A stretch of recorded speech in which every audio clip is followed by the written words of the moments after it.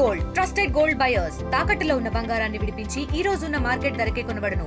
మరిన్ని వివరాలకు సంప్రదించండి 7771077720. పాలకొల్లు పట్టణంలో విషాద ఛాయలు అలుముకున్నాయి. ఏదైతే పాలకొల్లుకు సంబంధించి బంగారు చెరువుగొట్టు వద్ద కొంతమంది బాలురు గూటి బిళ్ళ ఆడుకుంటున్న సమయంలో దానికి సంబంధించిన కర్ర పక్కనే ఉన్న చెరువులో పడింది. దీని కర్ర కోసం నలుగురు యువకులు చెరువులో దూకారు.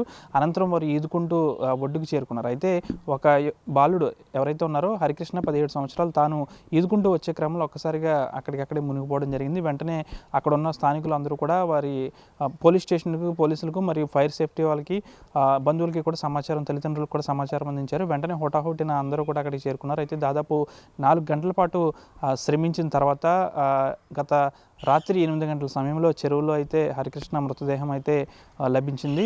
అయితే వీరందరూ కూడా పక్కనే చెరువు గొట్టు పక్కనే ఆడుకుంటుండగా దానికి గూటి బిళ్ళకి సంబంధించిన కర్ర ఏదైతే ఉందో అది చెరువులో పడడం, దానికోసం యువకులు ఆ చెరువులో దిగడం, ముగ్గురు సురక్షితంగా రావడం, హరికృష్ణ అక్కడ మునిగిపోవడం, ఇదంతా కూడా నిమిషాల వ్యవధిలో జరిగిపోయింది. దాదాపు హరికృష్ణకు సంబంధించి వారి తల్లిదండ్రులకు హరికృష్ణ ఒకడే కుమారుడు, 17 సంవత్సరాలు. ఇటీవలే 10వ తరగతి కూడా ఆయనకు పూర్తయింది.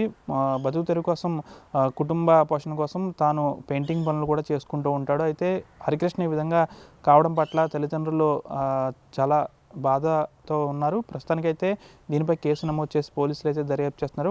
ఒక కుమారుడు ఈ విధంగా కావడం పట్ల వారి బాధకైతే అంతులేదనే చెప్పాలి. పూర్తి స్థాయిలో దీనికి సంబంధించి ఎటువంటి ఘటన జరిగింది, ఏం జరిగింది అనేది అయితే పోలీసులు అయితే దర్యాప్తు అయితే ప్రారంభించారు. ఏదేమైనప్పుడు కూడా పాలకొల్లు పట్టణంలో ఈ విధంగా జరగడం కాస్త పట్టణవాసులుగా అయితే కాస్త కలత చెందిందని చెప్పించాలి. వీడియో జర్నలిస్ట్ శేఖర్తో మనోజ్, RTV, పశ్చిమ గోదావరి నుంచి. మరిన్ని వీడియోస్ కోసం ఛానల్ ని సబ్స్క్రైబ్ చేయండి. లేటెస్ట్ అప్డేట్స్ కోసం వాట్సాప్ ఛానల్ ని ఫాలో అవ్వండి. ఆ లింక్ డిస్క్రిప్షన్ లో ఉంది.